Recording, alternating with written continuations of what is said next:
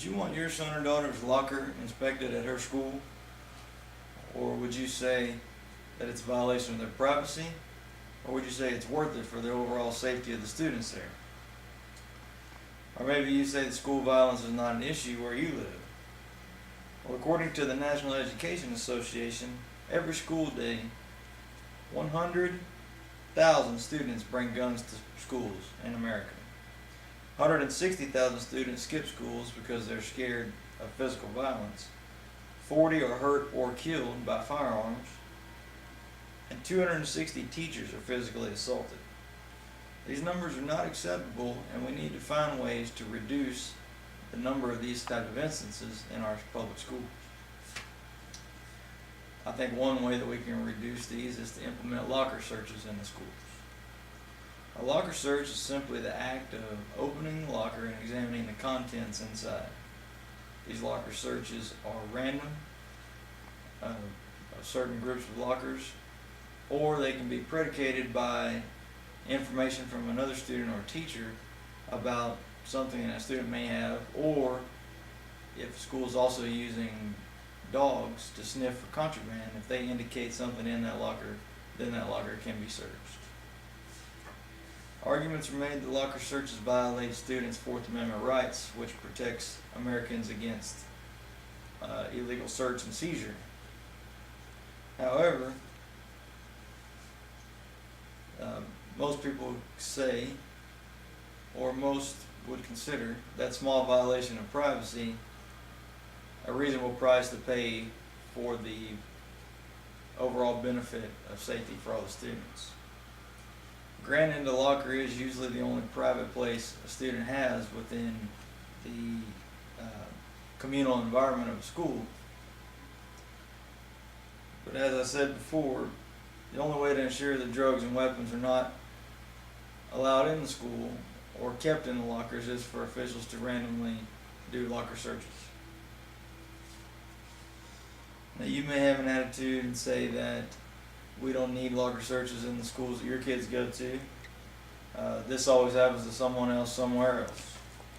Well, here's some examples of when it happened around your area. In Greenville, Texas, in 2007, a 16-year-old male fatally shot himself in the band hall of the school.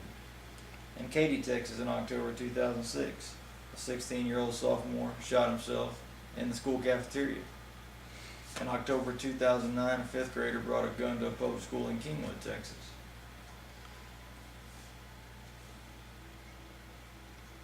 The court rulings in the past already support that students should not expect privacy in lockers that are owned and controlled by the school district.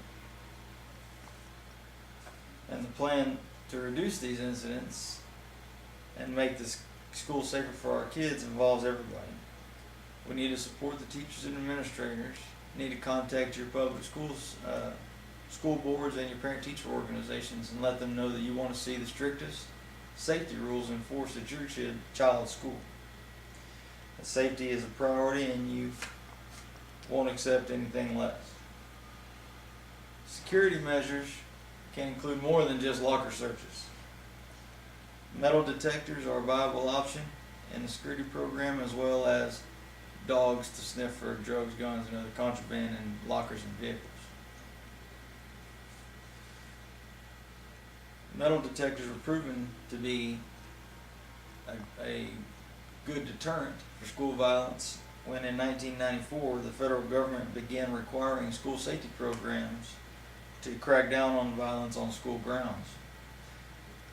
Many schools introduced metal detectors, and 1 year after the metal detectors were put in place, there was a 50% drop in violent crime on high school campuses across America. Although the Supreme Court overturned the federal regulations, most schools did in fact keep the security measures in place.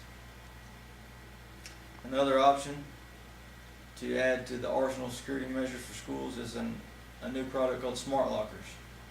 Smart lockers are lockers that are controlled by a swipe card rather than a student's individual lock, and they can be controlled centrally from the office as well as activity at a certain locker can be monitored. For example, if a student is using his locker 10, 15, 20 times a day, or during times when he should be in class, the school officials will know about it.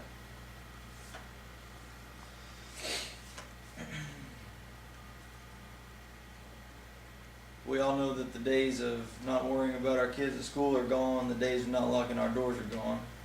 But if we do implement these particular safety measures or an overall safety program, including locker searches, maybe we can give the students and the teachers a little more peace of mind, which was conducive to a more productive learning environment.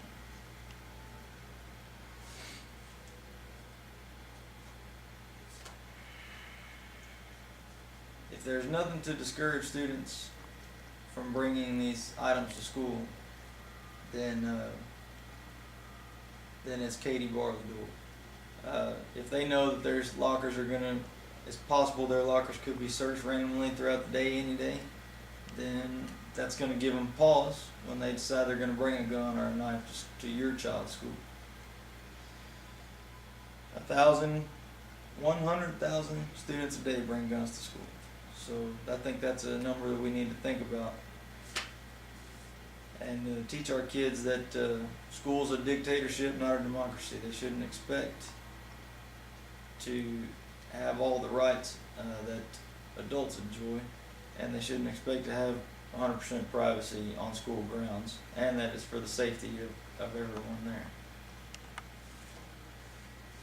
And in conclusion, I just want to say support your school in any kind of anti-gun, anti-drug safety programs they may have, and